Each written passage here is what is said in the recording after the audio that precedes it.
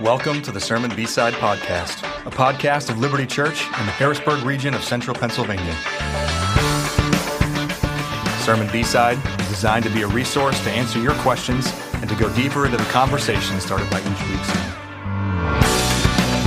Good morning and welcome to another episode of the Liberti B-Side Podcast, and actually the last B-Side podcast for this season. Whoa. And I'm joined today by the one, the only Matt Lemoyen. Matt, how are you doing on this fine, sunny, and maybe, is it afternoon actually at this point? We're close to noontime, close so to it's the line. barely morning still. Yes. You're welcome, folks. Yes.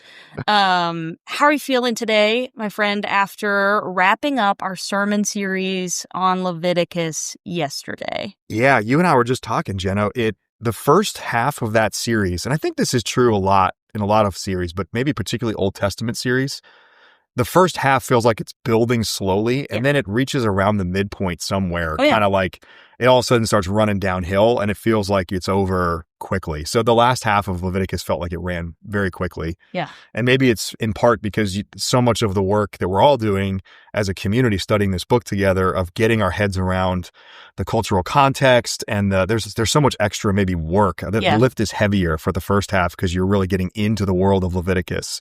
And then as you're in it, the back half of it, you're already in it, and maybe it feels, that's maybe one variable, but I would say it's not my favorite series I've ever done, but I still really appreciated it. And I have a depth of appreciation for Leviticus now that I didn't have before really diving into it, studying and prepping. Yeah, I think that's been one of the most encouraging things that I've heard. I was with a couple women last night, and one of them was saying, I read almost every word in Leviticus for the first time ever. Yeah, I love that. That's amazing. And it's like, oh, that's cool to kind of think about that, because it can be one of those places in our Bible reading plans that we just glaze over it. Yep. But there is so much substance here about the goodness and kindness of God to give parameters for his people, for them to be invited into the tabernacle, what you highlighted yesterday in your sermon. And in through Christ, he invites us into the Holy of Holies without a curtain, without, construction dust, all the things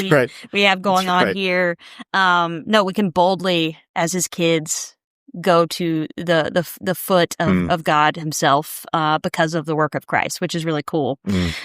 So I think it's been a really encouraging series in a lot of ways, and it's always fun to see the Old Testament come alive in people's eyes. I do enjoy that. I really have appreciated the pattern of doing the Old Testament books in the fall, building into the Advent season. Yeah.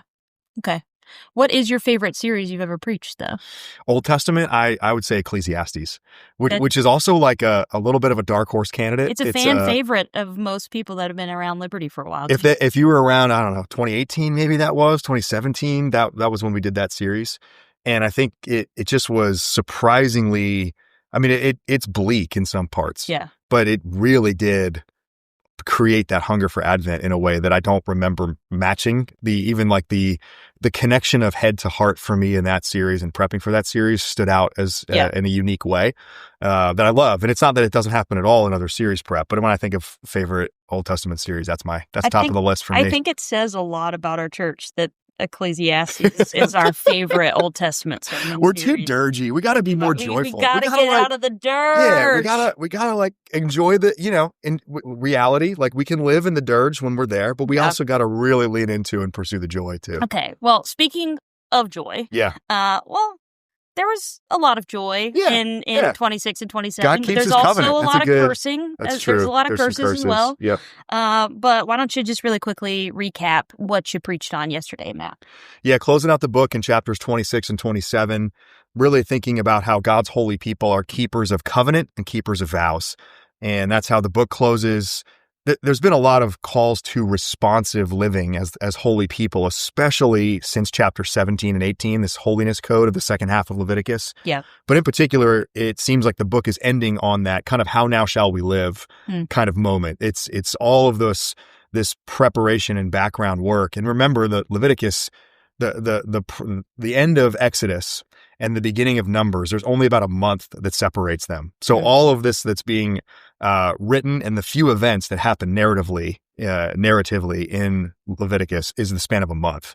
So it gives a chance at the end of that for the people to having now heard all of what God is going to do in order to make that way for them to experience his dwelling, his presence among them, how are we going to respond? Are we going to keep our covenant? Are we going to live within those beautiful boundaries? Yeah. So chapter 26 was about that, and that's talking about obedience to God, living within his beautiful boundaries, keeping covenant. Leviticus 27, then the final chapter, is about vows, specific commitments that people can make to show their dedication to God, their wholehearted devotion to God. And so we talked about being keepers of vows as God's people. Yeah. Well, I think it was a really helpful conclusion to the sermon series. And, with it being the Thanksgiving week, not a lot of our Bible studies are meeting this week, but we still have Bible study sermon application questions. There might be a few groups that are lingering around. As you're processing what you preached on yesterday, Matt, what are some things that, as we leave the Leviticus series behind and move into Advent, that we, as the people of Liberti, should be doing to try to apply the end of Leviticus to our lives? Is there a couple places that you would highlight from those questions? Yeah, there are many that I can think of, but I really would love, I put it before the church yesterday, and if you don't get a chance to do it with your Bible study this week, if you're connecting over the next few weeks, or even just informally, some groups kind of text offline or kind of just have and different groups are in different stages of kind of developing the relational depth there. For sure. But just the chance to reflect on, am I a vow keeper? Am I someone who keeps my commitments? Yep. Which applies to both covenant and vows. Yeah. And in particular, the one I put to our in covenant members was to really think about their in covenant vows, and especially with there being an in covenant Sunday entrance. It really was nice how those things tied together. That really, I think, helped, and even getting to Matt just grinned for the people at home. Yes, really big. Love it when a plan comes together.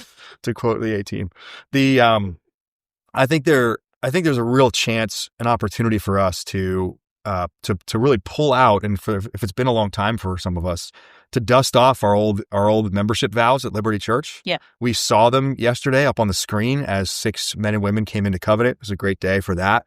We heard them affirm those. Yeah. We remember when we see that, not only that it's a gift to be in community with God's people, but that we made those commitments. Yep. And it's a chance to like reevaluate where we are in that. There's seasons sometimes when we can't serve. There's seasons where we're less relationally connected to the people of Liberti that are valid. Yep. Not every season is exactly the same, and life is not always up and to the right. Like, it just keeps getting better all the time. Yeah. So there are valid reasons for the way that may have changed from when you made those vows to now. But you did make a commitment, if you're an in-covenant member, right, that you need to keep and follow through on. And that includes being open to receive input and correction from other people, which no one really enjoys on the surface level, but we're committed to do that. It includes things like using your time, talents, and treasure as God enables you. Yep. So there's moments to really rethink, am I really using what God's given me to bless this specific local expression of the body of Christ? Am I serving in our church? Am I giving generously and sacrificially to our church? Am I thinking about the people of our church more than just on Sunday and whatever time my Bible study group meets? Yeah. I think they're all of those things. The first 3 vows are, and then that's the most important. Then the first 3 vows are all about what we believe and what we do in response to what Jesus has done. Yeah. And I think that's another moment to say, am I as wholeheartedly committed to following Jesus now as I was when I said yes to those vows as a covenant member? So just would encourage you to really reflect on that, and we're coming into a season where already people are contemplative about the year that is almost over and the new year that's about to begin, and changes and things that we'd like to see us do different or better or all that for next year. That's a great place to kind of like hang out in my mind for these next couple weeks. And boy, are we going to have some beautiful new kids room for people to serve in the coming days. Now your grid just got, that's your. Let me tell you, we could put you to work. I mean, practically speaking, that wasn't why that was the application from yesterday, but we did just come out of a meeting with our volunteer schedulers, like those of us that schedule volunteer teams for Sundays especially, and there are going to be some needs in especially the 10:30 service. Yep, in multiple areas, not just kids. So we also practically, there is a place for you to serve. There are places. Not only did you commit to, but we need you to. We need you. So please let us know. We don't want beautiful empty rooms. That is correct. For the 10:30 service, folks. That is correct. That's a PSA for anyone that's listening out there. So that's kind of like where we can hang our hats this week. There's a couple other questions there, but we're kind of going to get into some of the nitty-gritty of the questions and the Bible study sermon application questions with our listener questions. So let's transition into some questions from some people at home, Matt. So our first questioner is asking an observational question, and they're basically saying, as God lays out the blessings and curses in chapter 26, he speaks to the people as you shall do this, I shall bring the sword upon you, etc. In verses 40 through 45, it switches to they. Is there a reason for that switch, Matt, textually? It's a great question. I kind of wanted there to be. I wanted there to be some significance to it because it almost was like if God's completed this process of all the way through the 5 stages of escalating curses, that then all of a sudden he's almost considering them as if they've removed it. They put themselves outside the boundary and now he's sent. Correct. But then at the end, he reaffirms that he's the covenant keeper. So I was kind of hoping that texture, like I would love that this person noticed that. And maybe some of you, if you've been reading Leviticus all the way through, you would notice that it does change from you to they. Yeah. It's actually even in the middle of verse 39, even before it gets to verse 40. Yeah. But at least from the commentators that I trust, they don't tend to see a lot of significance to that. Yeah. The one commentator just said that it probably wouldn't have sounded peculiar to the original hearers, that would be a pretty natural thing to switch back and forth at. And it's already done that in Leviticus, like in chapter 22, it did that once. And so this commentator, at least. And all the yous are plural too. They are. In this chapter and most of Leviticus. Most of them are. You pretty much can't read. The only singular yous that I remember in Leviticus are in reference to like Moses. Okay. I'm telling you to say this. Yes, correct. There have been very few. Or maybe few. Aaron and the priesthood stuff. There have been very few singular yous or theys in this whole book. That's right.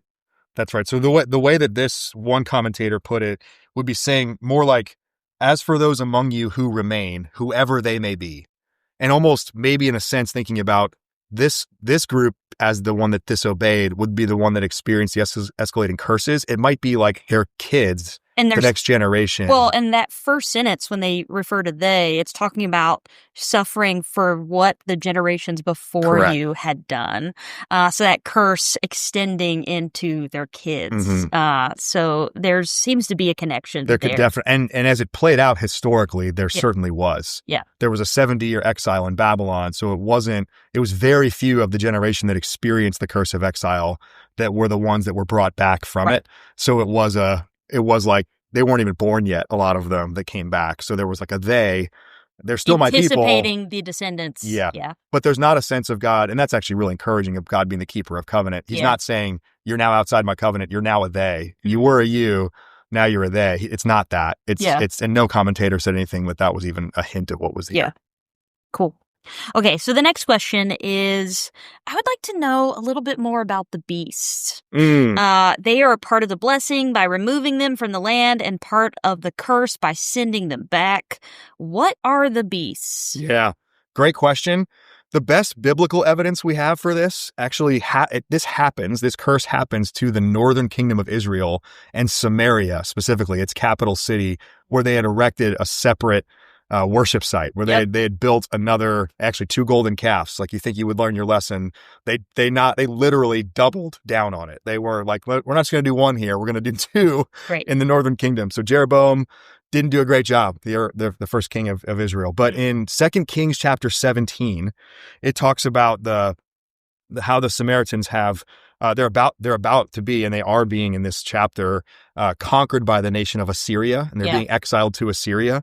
But as that's playing out, the text says in 2 Kings 17, verse 26, the nations that you have carried away and placed in the cities of Samaria do not know the law of the God of the land. Therefore, he has sent lions among them, and behold, they are killing them because they do not know the law of the God of the land. So in that instance, wild beasts equals lions. Yeah. Sklar likely said it was bears and lions. Like, we're thinking big predators. Big predators that would be native to that land. Yeah. So not a creature that's coming from someplace, not a creature that they would never have encountered before in their life. Yeah. Where did they get driven to? Right. Great question. Yeah. Glad you asked. Yeah. Yeah. There you go. Okay. So our next question is kind of like the next two questions are going to be leaning into even some of the Bible study sermon application questions that we have, just fleshing them out from like even a Bible study perspective. So this person said as their group was reading ahead from in the sermon series, and they were saying that the group was asking, would God really have given Israel all that he promised in chapter 26? Or was it more of a figurative blessing? It's a great question.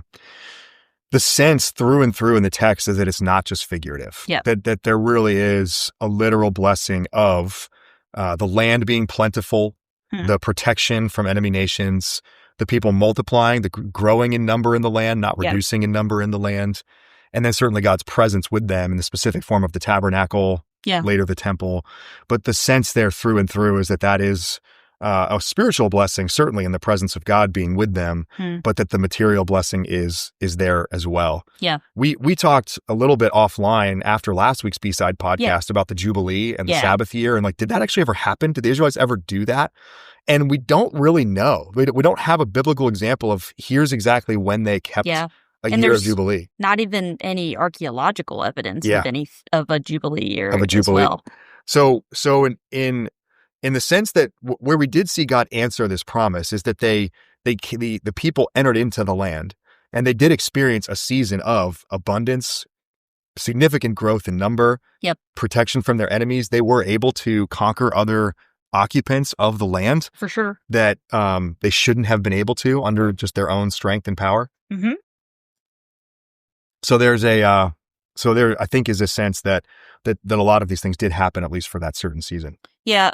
I think well, a lot of time in our context, we might struggle with the connection of blessing to our obedience because of the reality of kind of the, we don't want to talk about I do X, so God does this for me. The kind of prosperity gospel, cosmic genie in the sky kind of impulses, vibes of this.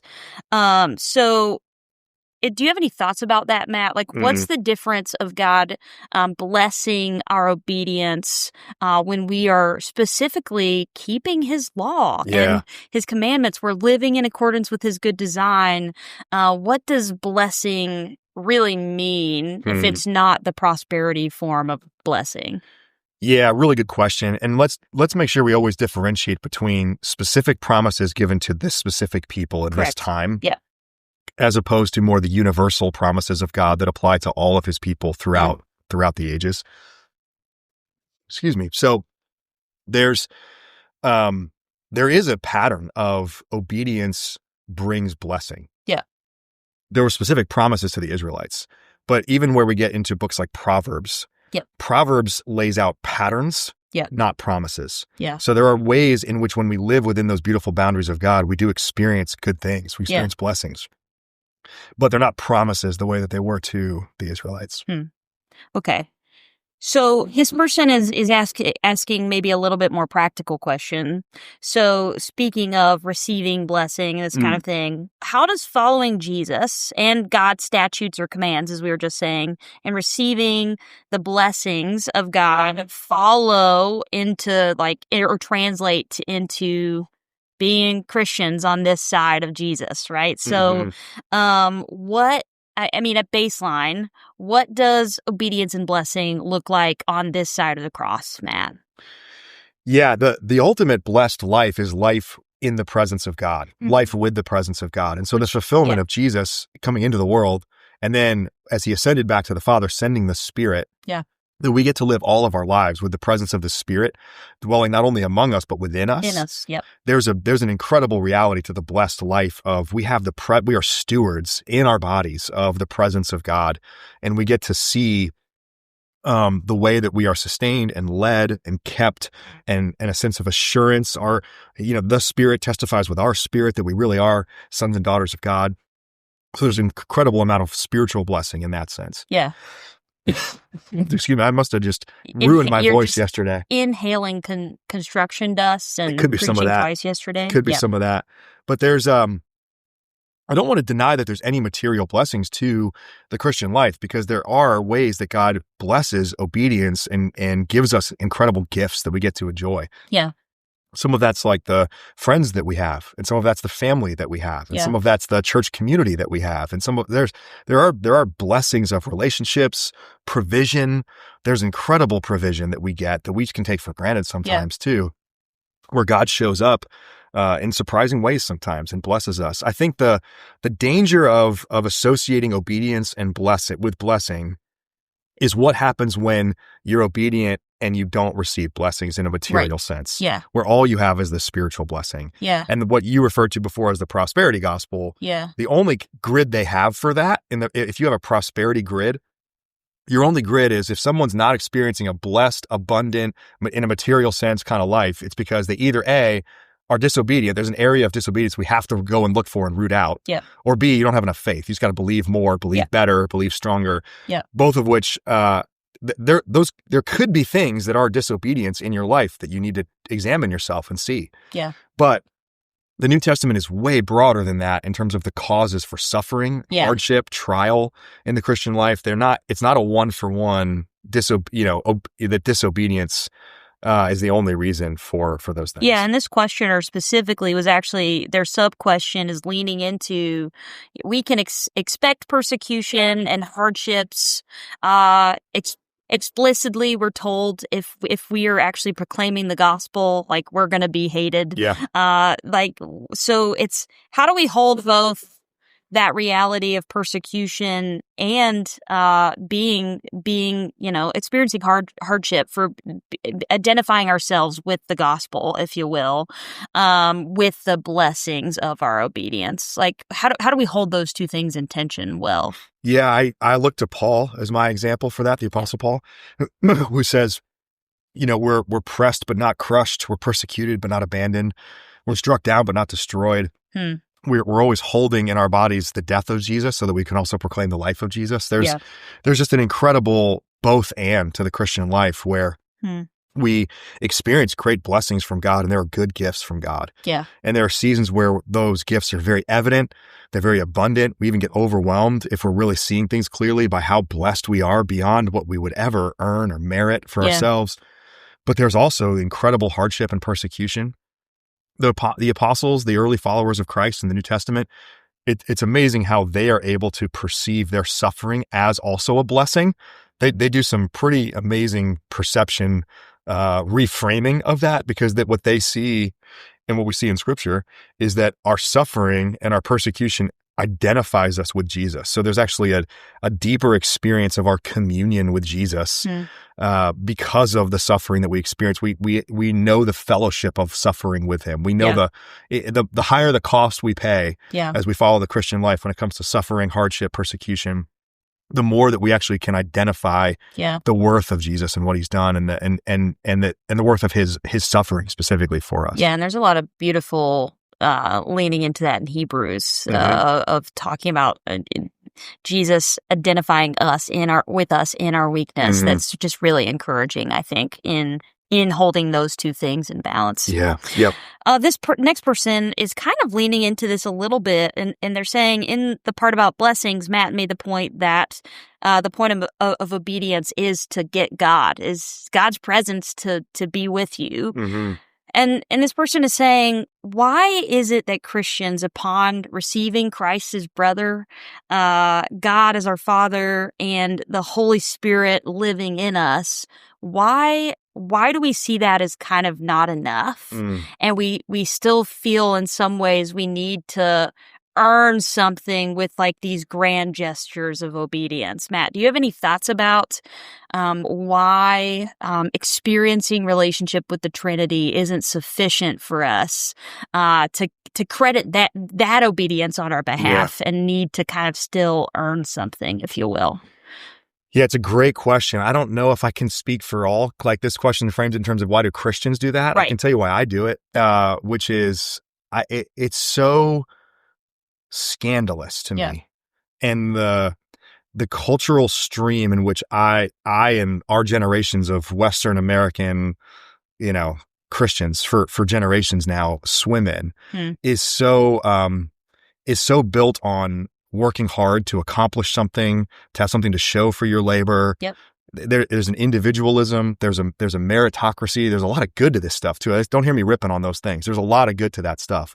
But the gospel is so scandalous and says, you know what you can bring? Your sin, and that's it. You cannot earn a thing with your own work.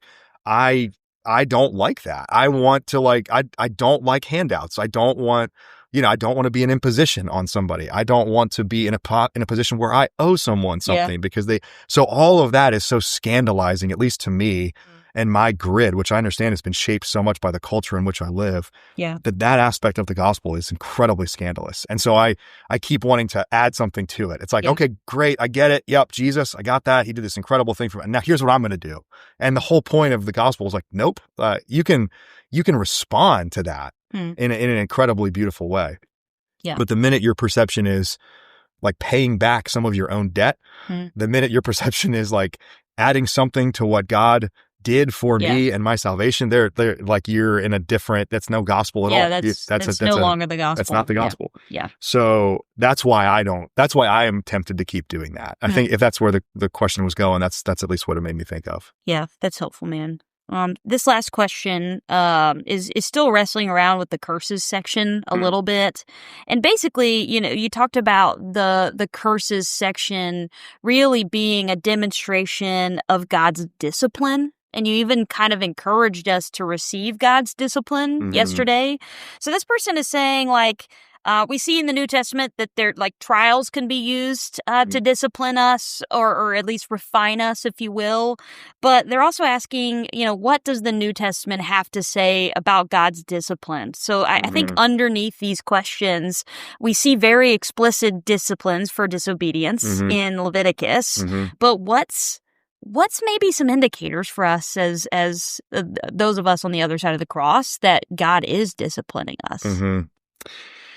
I think when you are experiencing conviction of your sin, and when you're also seeing how that specific sin you're experiencing conviction of has had negative consequences and ripple effects in your life, could be decisions you made about work and you got fired from your job. So there's a costly consequence there where now you're having to figure out what was it about. Sometimes you get fired because you actually are standing up for what's true and good, and you refuse to go along with a shady business practice or something like that. So there's no discipline in that. That's just you being faithful and paying a cost of faithfulness. Yeah. But if and when you see, nope, I lacked integrity in how I handled this thing at work. And so I got fired for it. Yeah. There's a consequence now. I got to go find another job. I got to try to find another form of provision. Yeah. I think you can see those two things as connected, where I wouldn't only look at the circumstances. Well, and even like the example of a trial. Yes. In Scripture, trials aren't typically used as discipline. It's used as a faith builder, and it's still a refiner, but typically it's not. It's the paradigm of testing and trial and all of that, and even God saying, "I'm not going to tempt you to sin," from James. So, any thoughts about that at all? There's overlap in the sense that both are used by God to refine us, and sanctify us. Yeah, discipline is corrective. Yeah. So it's that something was going wrong and needs correction. Right. Trial, there isn't necessarily anything that you're doing wrong. It's almost preemptive. It's like it's a catalyst toward something God knows you need to grow in. Yeah. And it'll expose, both will expose some stuff. Right. Trial certainly will expose, but they're different. And in the sense that discipline is always corrective. It's always, there's something that's gone wrong here and it's a correction. And it's a, not just the conviction that something needs to change, but it's something that's playing out externally from your own heart that is like affirming, yes, something really does need to change here. Yeah. I think also another indicator is our community. Like if someone that knows you really well is coming to you and saying, I'm seeing something really inconsistent here. Like, I think it's worth, whether they're right or not, to at least pause and consider whether the wisdom of God is at work in that brother or sister that's coming to you with that information. Absolutely.